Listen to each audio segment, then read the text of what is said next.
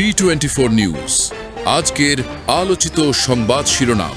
সবিজের শোকের ছায়া। চেন্নাইয়ে চিকিৎসাধীন অবস্থায় মারা গেছেন জনপ্রিয় তরুণ অভিনেত্রী ও কন্টেন্ট ক্রিয়েটর করিনা কায়সার। স্থানীয় সরকার নির্বাচন সুষ্ঠু হওয়া নিয়ে গভীর শঙ্কা বিরোধী দলীয় নেতা ও জামায়াত আমির ডক্টর শফিকুর রহমানের। ফারাক্কা বাঁধ বাংলাদেশের জন্য মরণ ফাঁদে পরিণত হয়েছে। একতরফা পানি প্রত্যাহার দেশের অস্তিত্বের জন্য চরম বিপজ্জনক, মির্জা ফখরুল। মধ্যপ্রাচ্যের শান্তির সুবাতাস। ওয়াশিংটন সংলাপ শেষে যুদ্ধবিরতির মেয়াদ আরও ৪৫ দিন বাড়াতে সম্মত হল ইসরায়েল ও লেবানন। ফুটবল বিশ্বে বড় খবর, আসন্ন ২০২৬ ও ২০৩০ পুরুষ বিশ্বকাপ সহ টানা ৪টি মেগা টুর্নামেন্টের সম্প্রচার সত্ত্ব পেল চীনের সিএমজি। কুমিল্লাবাসীর দীর্ঘদিনের দাবি পূরণের আভাস।